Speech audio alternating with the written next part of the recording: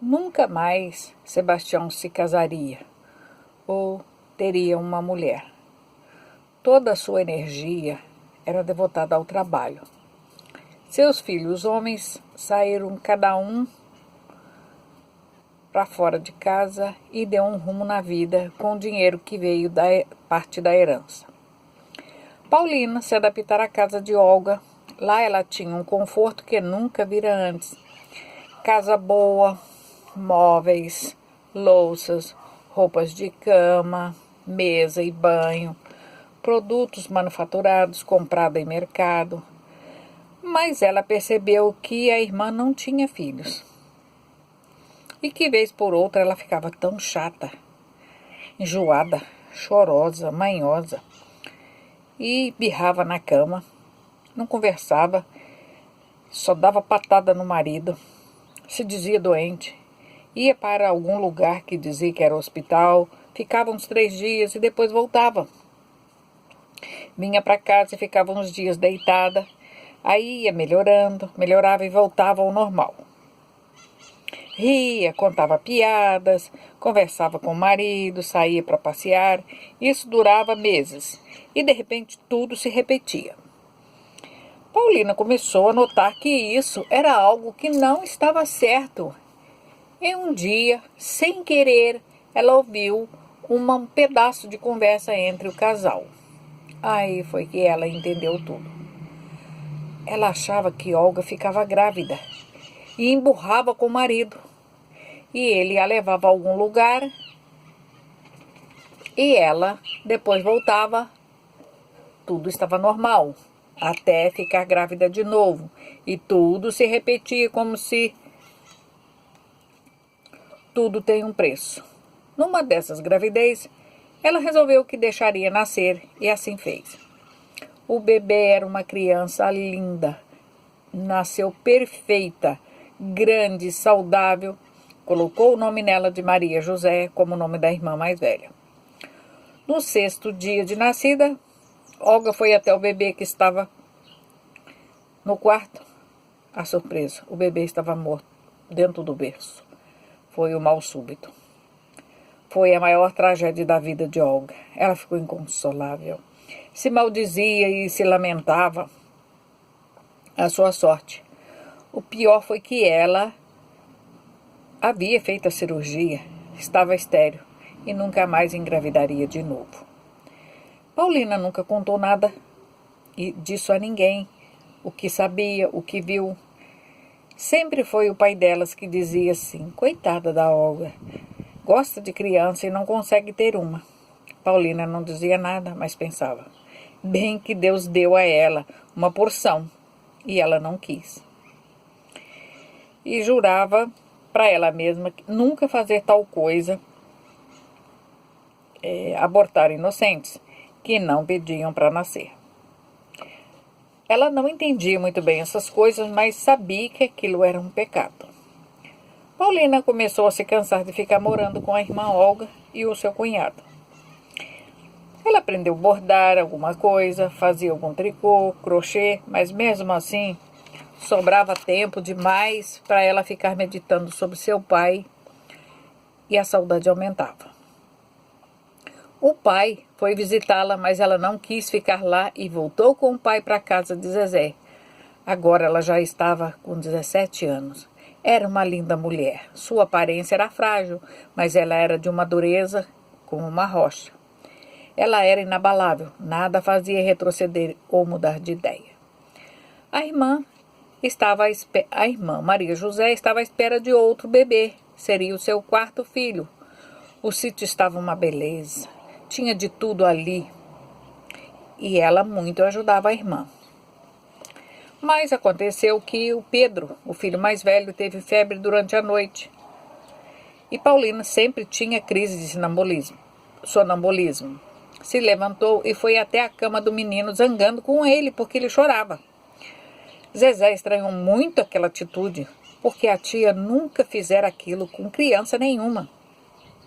E Paulina estava sem pijama, sem camisola, ela estava só de combinação. E já era muito tarde. Alguns até já dormiam na casa. E na sala, o pai dela estava com uma visita, um senhor. Quando ela tomou o rumo da sala, Zezé viu que ela andava, mas ainda dormia.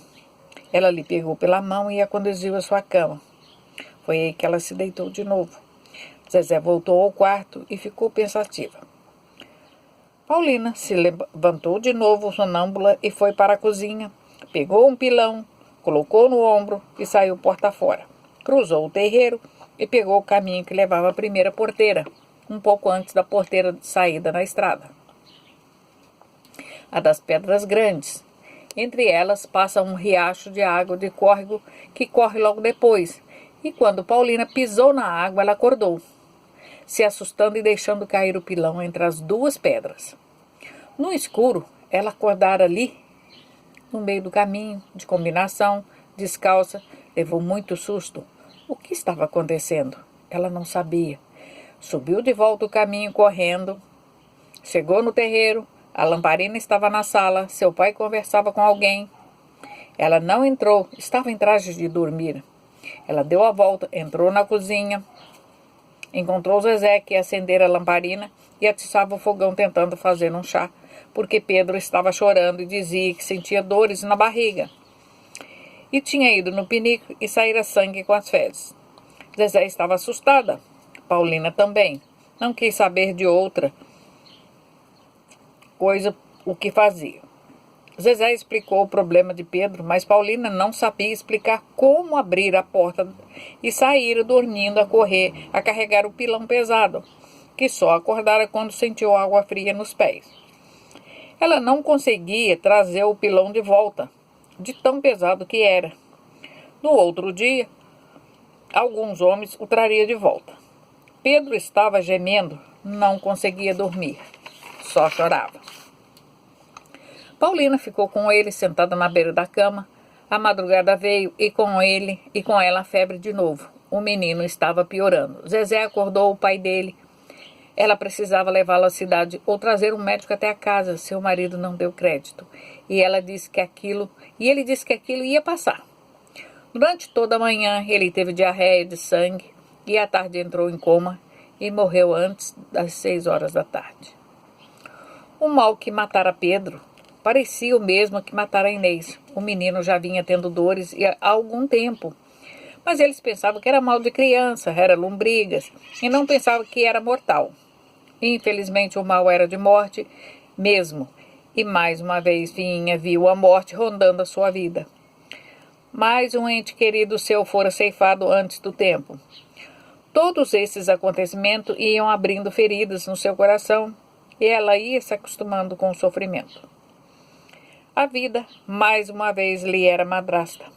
Lhe aprontava uma daquelas.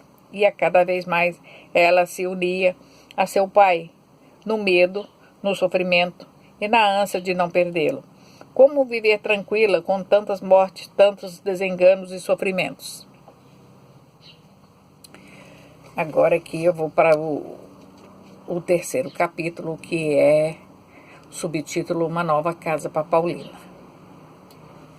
Paulina estava já 18 anos. O tempo estava passando rápido.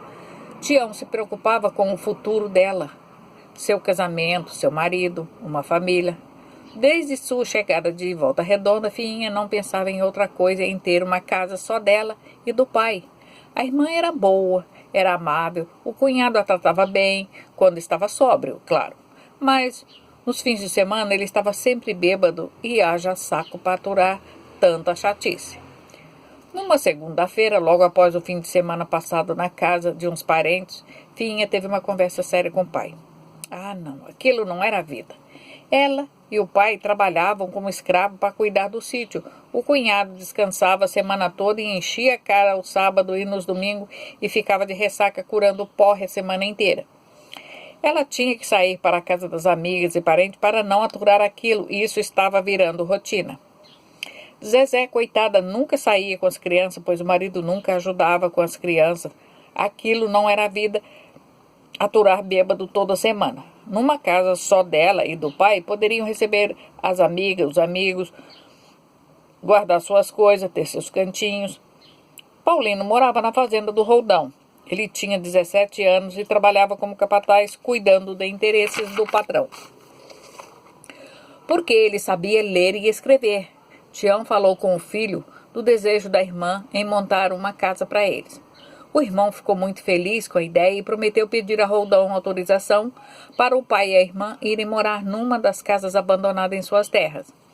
Casa essa que já se transformara em tapera, mas que podia ser recuperada. Roldão aceitou de bom grado. E ainda pediu que Tião trabalhasse para ele nos roçados de pasto e no plantio do milho e das capineiras para alimentar o gado. Roldão conhecia o serviço de Tião Malaquias e sabia que estaria bem servido de empregado. Conhecia a fama de bom trabalhador que Tião tinha nas redondezas. Sua fama era falada por todos, homem disposto ao trabalho de sol a sol, igual não tinha no lugar. Quando Paulina soube, ficou radiante. Conversou com Zezé, que muito triste concordou com ela. A mudança deles para outra casa. Sabia ela que era para o bem deles.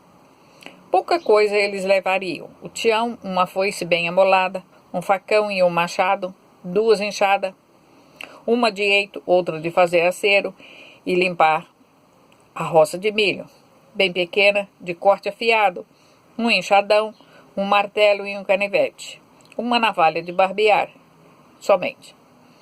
Uma malinha, bem pequenininha com os documentos e os papéis importantes, alguns almanaques de manuscrito, o missal, o inário e uma fita da Irmandade de São Vicente de Paula. Uma muda de roupa de missa, um chapéu de pelo marrom na caixa, um par de conga ou tênis, um chapéu de palha e a sua muda de roupa de trabalho. E a sua querida sanfona de Inês, a máquina de costura de mão, móveis não tinha. Sem uma cadeira sequer, Paulina levaria suas roupas de passeio, poucas, sua cesta de linhas de bordar e costurar, suas agulhas de crochê e tricô, agulhas de costuras retas e ponto cruz, seus riscos de papéis de seda e os gráficos de ponto cruz, seus trabalhos de fuxico, suas toalhas e abrolhos, suas toalhinhas de bainha de ponto Paris, seu sapato de missa, suas sandálias alparcatas do dia a dia, seu vestido de roça, diademas de prender o cabelo, fitas e prendedores, travessas e pentes de osso, só. Não tinha mais nada. No próximo final de semana, ela e o pai foram à cidade fazer umas comprar riscado para os colchões de palhinha rasgada, bem fininhas, para ficar bem macios. As compras seriam feitas na venda do turco, Lucas, padrinho de Paulina.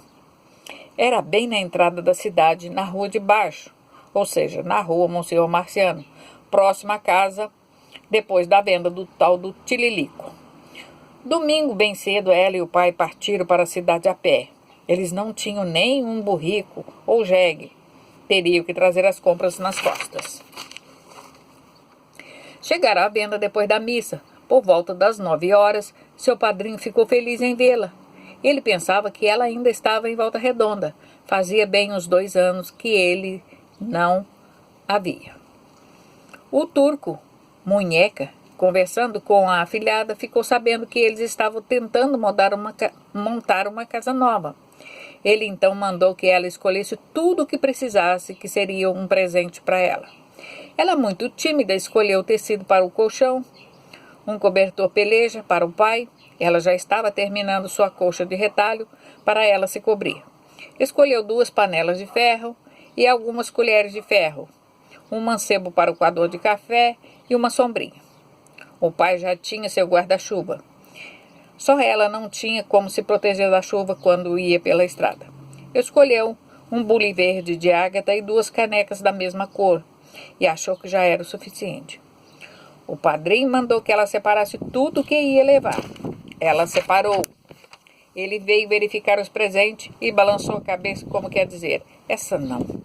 Fiinha ficou vermelha, sabia que o turco era ruim de fome e talvez não lhe desse tudo aquilo. Ela baixou os olhos sem graça. O padrinho perguntou, é só isso, Fiinha? Nada mais? Ela fez um muxoxô e deu de ombros, fez sinal que sim, com a cabeça. O turco falou animado, pega mais, pega mais. Os pratos de ágata branca, bacia de cobre, mais panela, lata de carregar leite, mais canecas. Pode pegar panos, muitos panos para a cozinha, para o banho, para a mesa. Pega a fazenda para lençóis, para cobertura de leito. Ela não se mexia de tão envergonhada. Ele se adiantou e começou a escolher o que faltava. Aí ela se animou e o seguiu de perto. Ele a interrogava se isso ou aquilo estava bom. Porque se não tivesse, ela que trocasse pelo do seu gosto. O bule e as canecas ela trocou pelo de flores vermelhas e azuis. As panelas ela deu meia dúzia. Ele deu meia dúzia, até um jogo de marmita ela colocou no meio dos utensílios. Mas como levar tanta coisa? Não tinha como. O padrinho separou tudo, fez os embrulhos e pediu a um carroceiro da cidade que levasse tudo até o sítio. Seria 2 viagens. Paulina não cabia em si de contentamento. Com ela levaria os tecidos vestidos e as linhas, agulhas, as fitas, os botões. Pela primeira vez, seus lábios sorriram de alegria e felicidade. E como era linda quando estava feliz. Seu sorriso encantava a todos. A alma de Paulina estava sendo curada. De todos os seus males, foram 18 anos de tristeza. Agora, o turco achara o caminho de seu coração. Nada como uma casa nova para alegrar o coração de uma mulher.